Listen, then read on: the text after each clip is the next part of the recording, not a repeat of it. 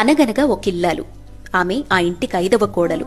మిగతా 4 కోడళ్లు, అత్తగారు భక్తిలో తమను మించిన వారుండకూడదు అనే స్వార్థంతో గుళ్ళు గోపురాలు తిరుగుతూ ఇంటెడు చాకిరి చివరి కోడలి పోలిపై పడేసి దైవచింతనలో ఉండేవారు.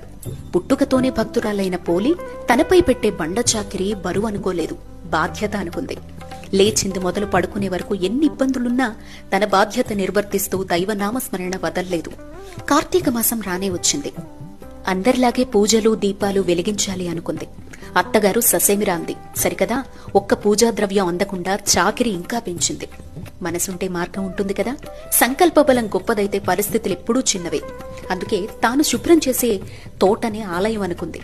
దైవాన్ని మనసులో నిలిపింది. తోటలో అరటి చెట్టు నార వత్తిగా మారింది. అరటి ఆకే ప్రమిదైంది. నిత్యం చిలికే వెన్ననే ద్రవ్యంగా మార్చింది.